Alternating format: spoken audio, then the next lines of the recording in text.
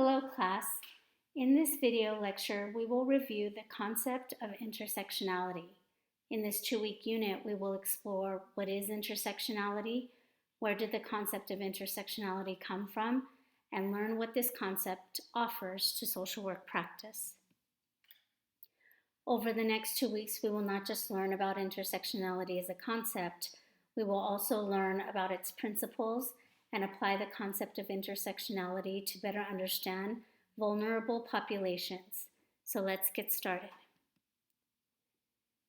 In this picture, we see a young man hunched over with the words, "Who am I?" written above. If this were a social psychology or HIPSY course, to answer this question, we would start with psychologists like Erikson, Piaget, or possibly Freud because of the attention to developmental stages. And we would be talking about affective, social, and cognitive aspects of who we are. But instead of focusing on internal aspects of our identity, intersectionality provides a lens for us to think about internal forces that have an impact, external forces that have an impact on identity.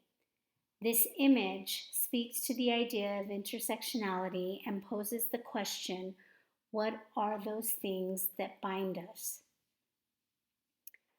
The model of intersectionality looks at one's position in society and how this position influences personal characteristics. The types of social roles, activities, and other factors such as fears and choices, all associated with this position, influence our identity and behavior. For example, who we are at work is different from who we are in the classroom and who we are at home. Intersectionality points to 4 social locations that primarily determine who we are and shape our behavior and ultimately bind us. These positions are race, gender, sexual orientation, and ability. Finally, intersectionality helps us to see that our identities are projected onto us. Consider Marcus, chapter 15 in Ferguson text, who states that a person's identity depends on her own view of herself, but it also depends on others' view of her. In class and in the readings, we understand social position to be dynamic. Race is done onto us, gender is done onto us, and that the concepts of heterosexual and homosexual are created for a specific purpose. And yet, in many instances, we choose these positions. Also, we consider identity as positional. We realize that one's identity is also a unique combination of a multitude of factors, no one person being exactly the same as another. Although the concept of intersectionality has been around for decades through the writings of Black feminists, the term itself became popular in 1989 when Kimberly Crenshaw looked at 3 cases of employment discrimination among Black women, and she found a pattern. In the first case, the DeGraff and Reed case, Crenshaw points out that since General Motors hires Blacks and hires women, the corporation was found to not discriminate against Black women because they're not a separate category. They found that Black women as a category is not protected. The court could only make a judgment about discrimination against Blacks or discrimination against women. So Black women did not have a case.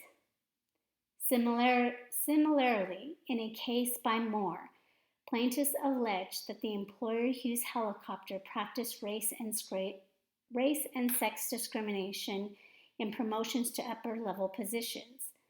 Moore presented evidence that white men, as compared to Black men, were statistically favored for upper-level management positions, and men were statistically favored over women.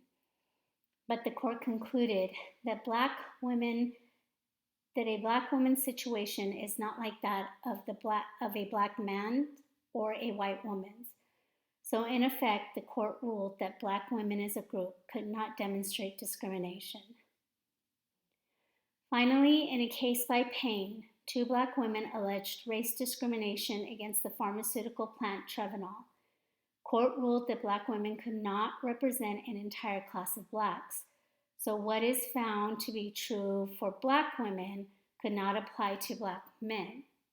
The court found that there was extensive discrimination against Black women as a group and ruled in their favor. But the court decreed that since the interest of Black men was different, it could not extend the findings of discrimination toward Black men. It might help us to think of intersectionality as being in a car accident. Imagine that you are awaiting your turn at an intersection to make a turn. You enter the intersection carefully, ready to make a turn as soon as you are able. It is at this point that you are the most vulnerable. You can get hit from multiple sides. Intersectionality teaches us that one can be vulnerable in multiple ways. That is, for certain groups, they fall through the cracks because of a combination of multiple identity. Intersectionality as a theory tells us that multiple dimensionality and complexity of human culture experience where multiple identities interconnect. It also shines the light on the notion that individuals might belong to multiple systems of inequality based on race, ethnicity, gender, social class, sexuality, age, and ableism.